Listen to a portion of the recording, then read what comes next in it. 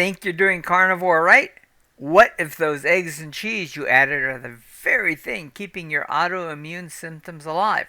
Today, I'll show you why the wrong version of carnivore could be sabotaging your healing, and how to know exactly which foods to cut or keep to finally see results.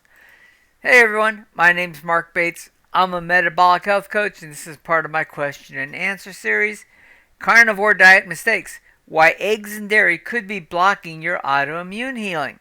Okay, let's get to the question. You mentioned that some people might need to reconsider triggers like dairy and eggs after 90 days if they're not improving. This brings up an interesting point about individualization. How do you determine which version of carnivore, strict, ruminant, or only versus including eggs, dairy, or seafood, is right for a specific person, especially when you have multiple autoimmune conditions? Well, that's a great question, and a very important one when considering using the carnivore diet as a precision intervention for complex autoimmune or inflammatory conditions.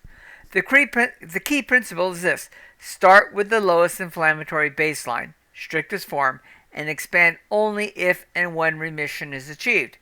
Here's how to think about customizing the carnivore approach based on symptom burden, autoimmune type, and food sensitivity history.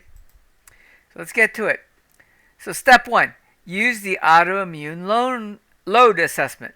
Ask, how many autoimmune conditions are present? For example, do I have Hashimoto's? Do I have eczema? Do I have IBS? How severe and frequent are the flares? Which is why we like to keep a log so that you know how often these things happen to you. Are medications involved? And are they biologics or steroids and stuff? And make sure you're talking with your doctor before you do anything to change your medications or change your diet that may interfere with those medications, okay? Is the patient reactive to many foods, right? So are you reactive foods? Do you know that you already have you have triggers to certain foods, supplements, or environmental triggers, right? That's, stuff around you. If you answer yes to 2 or more of the above, start with a strict ruminant-only diet. Only beef, lamb, salt, and water.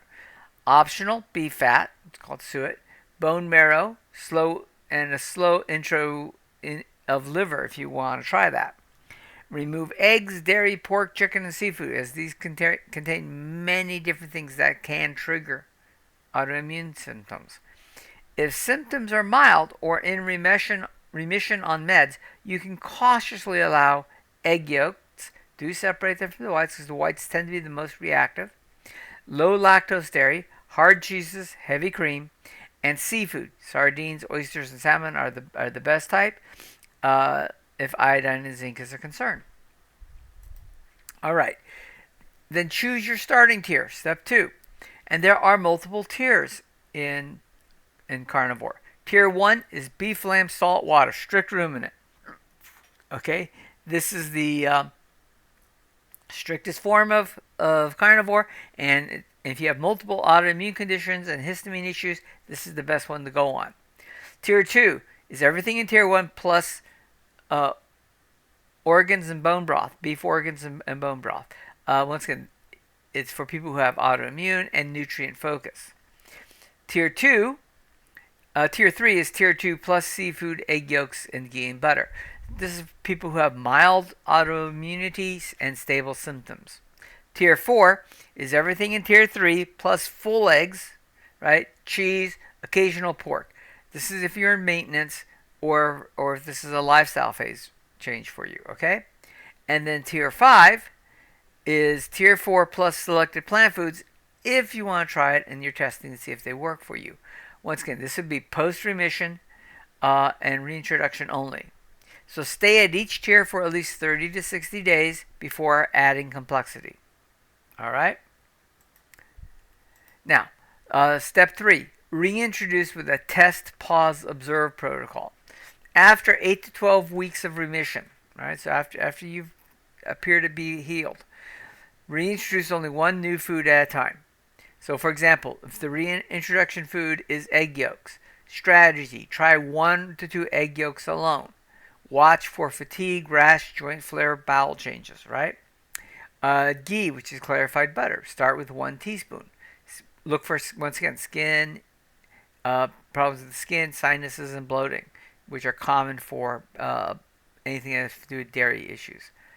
Uh, if that works, you can add A2 dairy. A2 dairy may be a little harder to find, but it's got a protein in it. It uses a protein that is much more um, uh, digestible than A1 dairy. Okay, so look specifically for A2 dairy.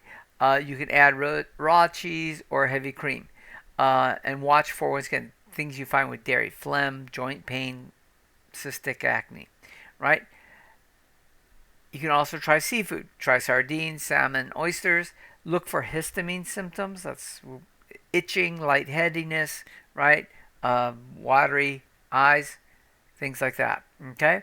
And then egg whites are probably the last thing I would reintroduce. Do a separate test for them and see how reactive you could be.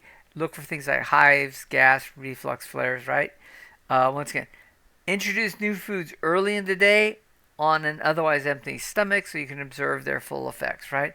And remember, you want to do this after you've gone through a full session so that you are in remission, and add these and then watch it for a little while and test, pause, and then observe. And if it seems okay, then you found something you can reintroduce into your diet. Okay, special conditions. Considerations by condition. Okay, if you have Hashimoto's, your high reactive triggers tend to be dairy, gluten, and eggs. So we suggest you start at tier 1 or 2, right?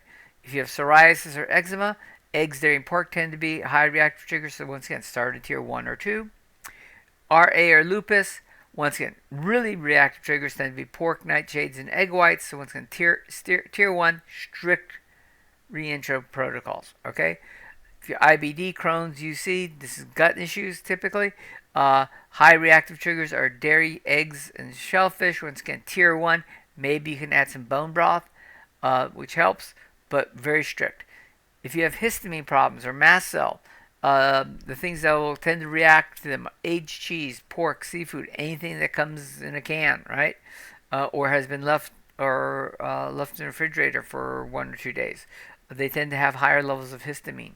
Once again, you're looking at tier 1, cook fresh only. Okay? And if you have MS, you're highly reactive typically to eggs, gluten, and processed dairy. We strongly suggest tier 1 or 2. Okay? Markers of a successful starting tier: no symptom flares for 4 weeks, stable bowel movements, energy and mood, labs improving, CRP, ESR antibodies, and feeling of resilience. Can sleep, can miss sleep, or get stressed without crashing, right? Okay, there's hope. All right, here's an example. Anna, this is not Anna, that's just a picture. She was a 38-year-old with Hashimoto's and psoriasis. So she started tier 1, beef and lamb only, for 6 weeks. Week 7 and 8, she added beef liver 1 time a week. Week 9, she added sardines, no issues. Week 10, added egg yolks. Psoriasis flared and egg yolks were removed. Week 12 to 16, stable labs improving, drop thyroid meds dose, and once again, then start going through reintroduction of some other foods, and took her time and made sure that she didn't react to them. Okay. So quick summary here: more inflammation equals more elimination, which means the more you're inflamed, the more you eliminate down to just ruminant foods only: beef, lamb, and salt. You start with simplicity, not variety. Variety is not a benefit at this point. You want simplicity in your diet. Use your body as a lab. Symptoms are your data, right? And expand slowly with intention when healing is evident. All right. Thanks for watching. If you have any comments or questions, please put them in the appropriate section here. This is a community. I'm here to try to answer your questions. If you have something you want me to follow up on or to work on a new series, let me know what you're looking for. We'll work on that for you as soon as we can. And as always, if you haven't done so, do please like, subscribe, and share this with a friend. You're helping the channel a great deal, and you may be helping a bunch of other people. Appreciate it.